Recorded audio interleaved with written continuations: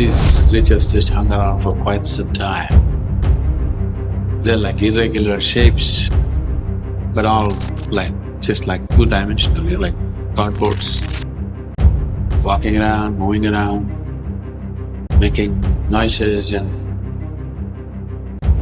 just hanging around right there all the time.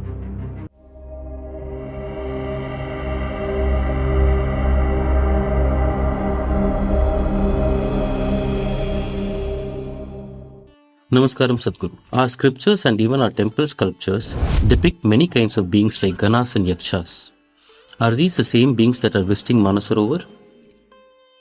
The only two cultures which have documented this to some extent are the Indian culture has documented it hugely, and the Greek culture has done it to some extent.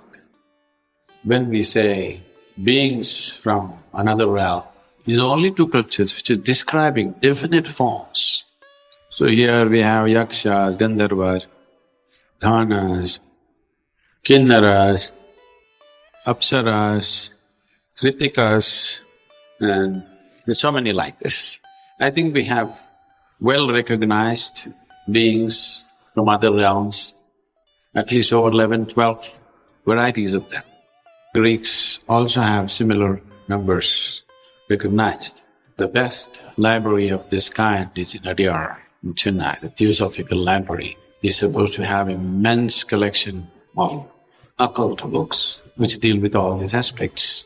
More than the spiritual process, it's the occult which explores these aspects because they're always looking how to use some kind of entity which has the necessary power, intelligence and access to do things for them. So I think Gautama himself talks a lot about these things. Buddha himself talks about a lot of different types of beings that he faced in his sadhana, which invariably one is bound to face when they move into certain aspects. Particularly when we were in another place, lots of things have happened. But particularly when we were moving towards the consecration of Dhyanalinga, these kind of beings like were every day happening, all kinds. I'm not good at categorizing and naming them and saying this is this, this is that, but they're distinctly different, that's for sure. It was all there but didn't pay attention.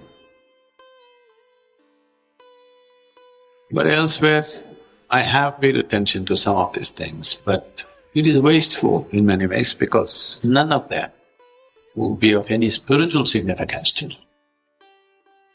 So, if I paid little attention to them, the moment I realized that's not it, I took my attention off those things because they were never of any spiritual consequence.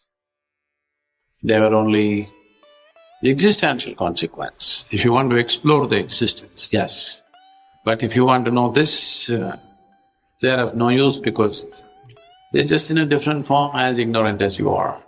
Maybe with different kind of capabilities which will look incredible to you, but I'm sure your capabilities look incredible to them. Otherwise they wouldn't be visiting, isn't it? These days I don't have this luxury. At that time, there was no wall around the house and the morning, always by like 5:45, 6, when the sun is rising, we always came and sat in the outside corridor. And temple was still not there, I'm just building the temple in my mind. Every day I sit there and gazing in the direction where it should come up, I'm just… because I don't have the money, I don't have the material, I just have to only what's in my mind. At that time, these creatures just hung around for quite some time. They're like irregular shapes, but all like… just like two-dimensional, like cardboards, walking around, moving around and making noises and just hanging around right there all the time. Sometimes I could not ignore them because they were so noisy. And it so happened sometimes that other people in the house heard the voices and noises that I was talking to somebody. And they would come out and see that I was not talking to anybody. They cannot hear what, but they hear something. I never spoke, but they were making so many noises. You need to understand, noise means The kind of noise that we make, only we can make. When I say the kind of noise, well, the birds can make a different kind of noise, but both of us are making the same noise in terms of frequency. There are other creatures here who are making other kinds of noises, which you cannot hear. So usually, these beings are making other kinds of noises you cannot hear, but these were making noises that… like our kind of noises, that is, somewhere in the frequency range that we communicate in. I didn't explore all this because my time was running out, my sense was slipping, so I was putting up the bricks. I sat there and putting up the bricks because my foundation was slipping away so rapidly.